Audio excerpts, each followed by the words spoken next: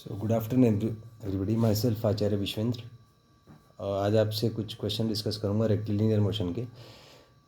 तो सबसे पहले हम थोड़े से कॉन्सेप्ट समझेंगे। जैसे डिस्टेंस है, तो डिस्टेंस के बारे में फर्स्ट पॉइंट है that it is a scalar quantity.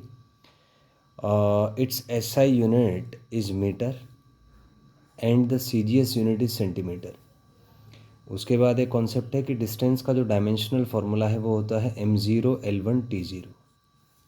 अब मीटर और सेंटीमीटर में एक रिलेशन है, आपको पता ही होगा, that 1 metre is equal to 100 centimetre. ये है डिस्टेंस एक स्केलर क्वांटिटी है। It means that it has only magnitude. तो इसको एक्सप्लेन करने के लिए हमें केवल मैग्नीट्यूड की ज़रूरत पड़ती है, तो डायरेक्शन बताने की ज़रूरत इसमें नहीं है। तो इट हैज़ ओनली मैग्नीट्यूड।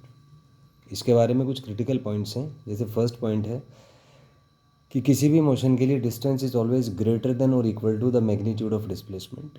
इसी बात को कहने का तरीका है कि magnitude of displacement is less than और इक्वल टू डिस्टेंस। इसी बात को तीसरे तरीके से ऐसे कहा जा सकता है कि डिस्टेंस अपॉन डिस्प्लेसमेंट का जो मैग्नीट्यूड है वो हमेशा एक से ज़्यादा होगा।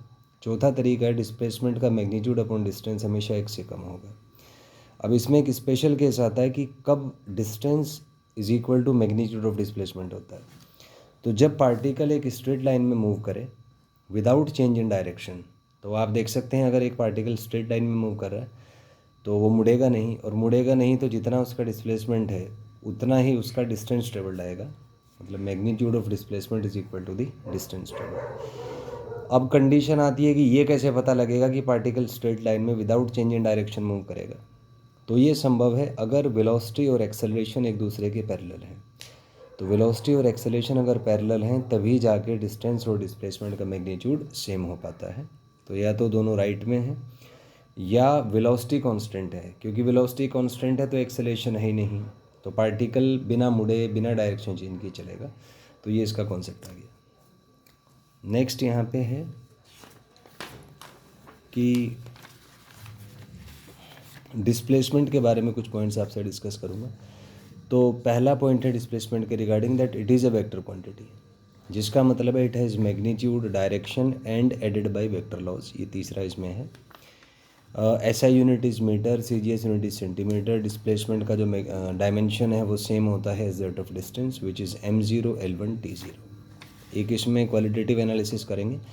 मान लीजिए एक पार्टिकल है वो ऐसे एक पाथ के लॉन्ग मूव करता है, ए से स्टार्ट करता है और इट्स कर्व्ड पाथ के लॉन्ग मूव करके फाइनली वो बी पे पहुंचता है। तो जो डिस्प्लेसमेंट है उसका मैग्नीट्यूड आप ए से बी को स्ट्रेट लाइन के थ्रू ज्वाइन कर दीजिए, तो ये जो ए बी है वो डिस्प्लेसमेंट का मैग्नीट्यूड बताएगा।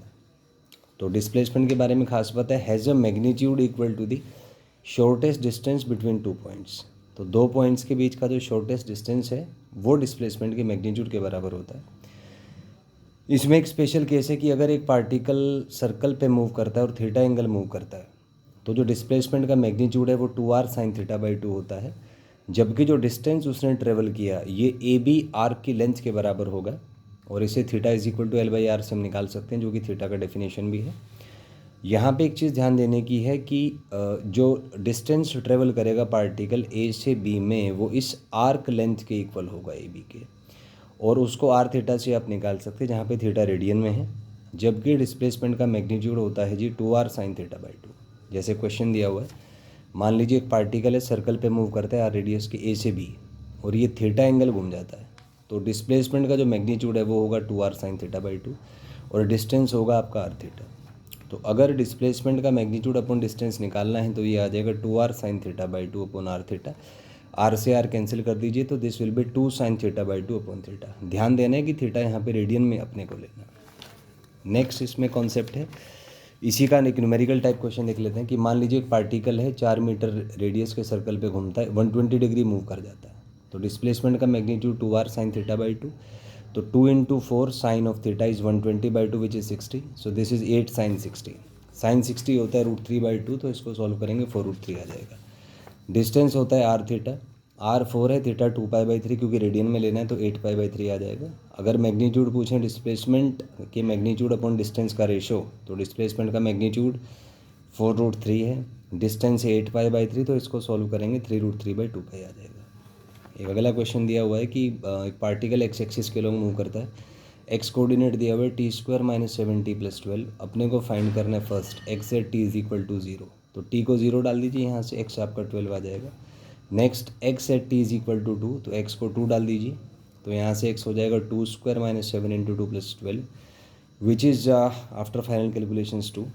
थर्ड पार्ट में आपसे पूछा डिस्प्लेसमेंट, तो डिस्प्लेसमेंट होता है final position minus initial position, तो x2 माइनस x0 आ जाएगा। x2 इज़ 2, x0 इज़ 12, तो सॉल्व करके यहाँ से -10 आपका आ जाएगा।